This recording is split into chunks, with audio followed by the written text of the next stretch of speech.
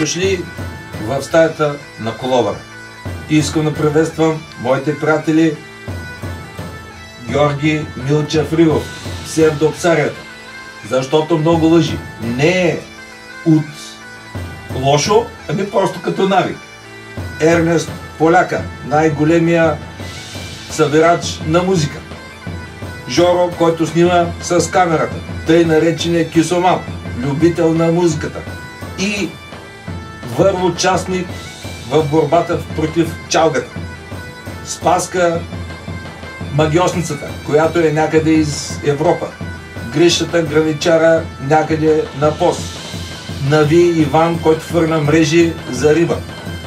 Той каза, че ще прати по колет петела, но както гледам, май няма пари за едно яйце. Малко сме, но сме здрави. Добре дошли и на здраве!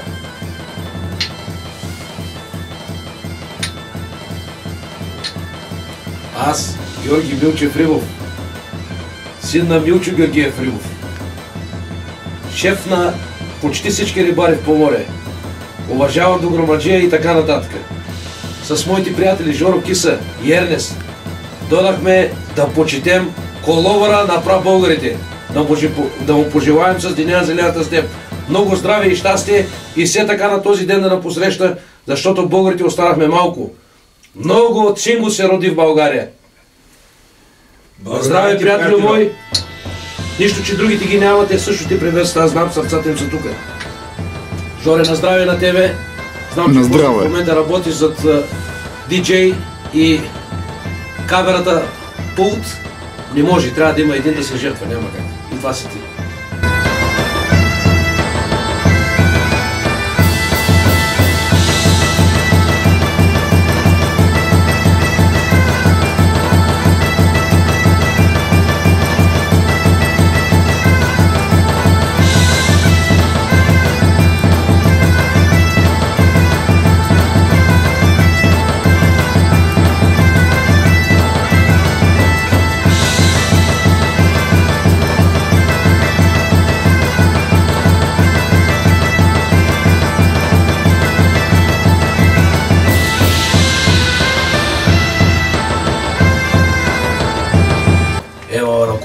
Взимай се иди, аз тук няма да бялата смя, която направи за приношението със специалната подправка, ако не вярваш в Тангра и умираш, аз понеже му вярвам на него и вярвам в Тангра, защото до сега не му е зъл в това, което ми е казал.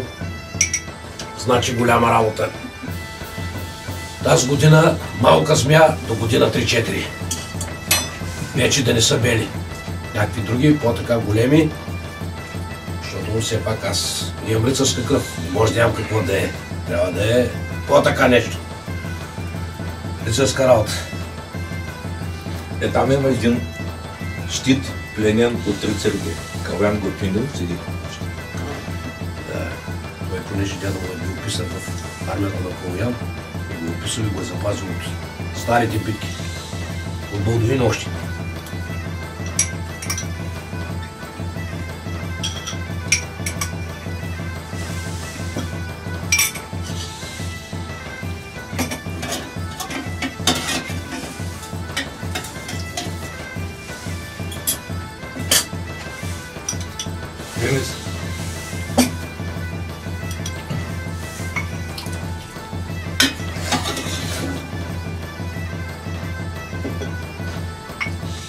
Благословени да са ръцете, благословени да са колобърските ръце, които направиха този чудесен корбан от бялата змия.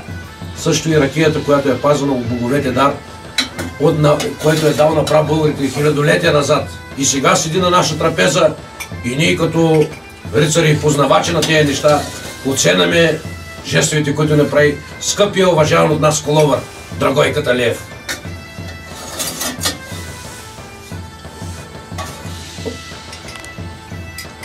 И нека Тангра бъде с тебе.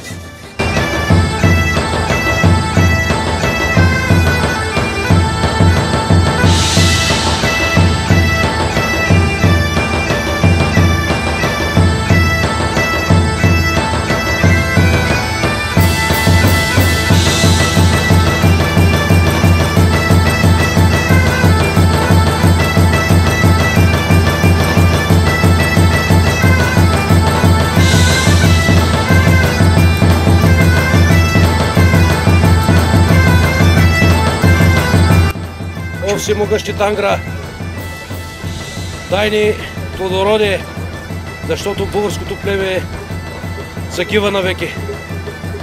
Много цинго се роди в този град. Колобре, и ти трябва да направиш нещо, защото България загива. Умираме, дай ни посевите, повече зърно, плодородна година, жените да раждат повече българи, защото много малко останахме. Айде да оставим от жетвеното това вино на Тангра и ние да го почетем с глътка варварско вино. Тангра ти ми направи от пръси желязо и ни подари коня. Пазиш на живи до днес. Благодарим ти, Тангра. Нека народа ни прибъде и новите твои поклонници и те да успеят, и тези, които ги няма. Да си жив и здрав.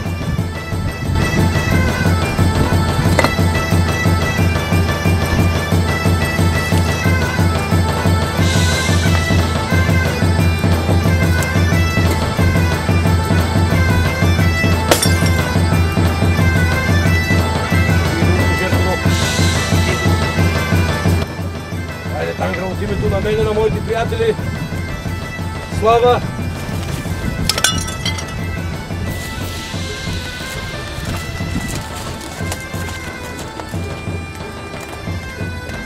Почетахме свещения бог на българите с вино изпито от рог, купа, месо и каквото трябва.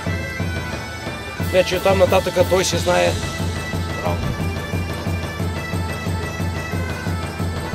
Ео!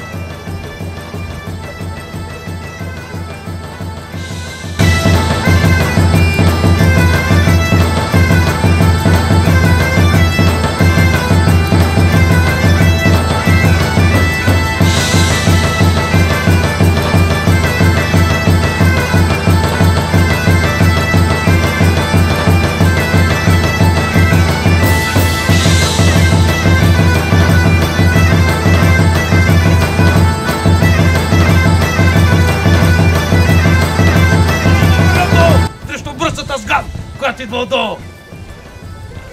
Обаче ранен, такова убит. Няма майка.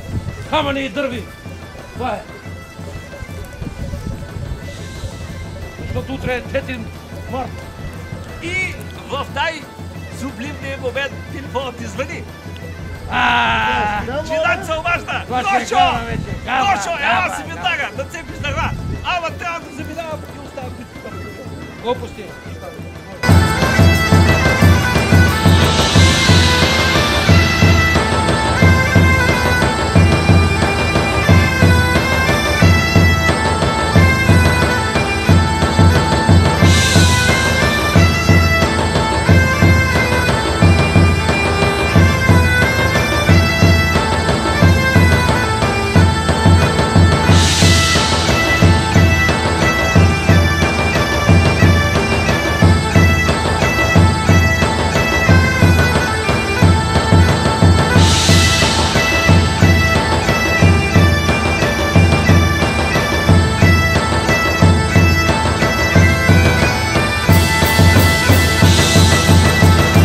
Слага змията. Нищо няма на жар падна, ни падна на... Ексtra, така трябва. Прав българи нали сме. Ще ядем по-варварски. Слага и змията.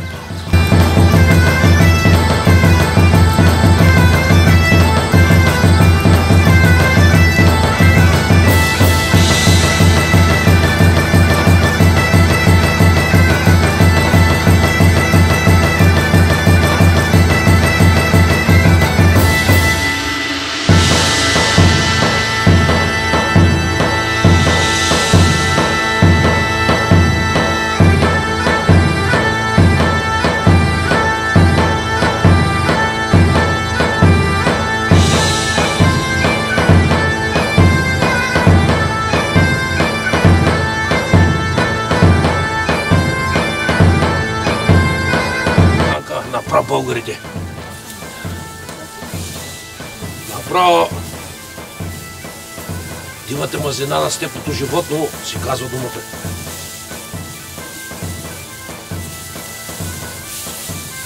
Така леко да се запече. Може да се дигне. Явно иска още малко. Слушай думата змия.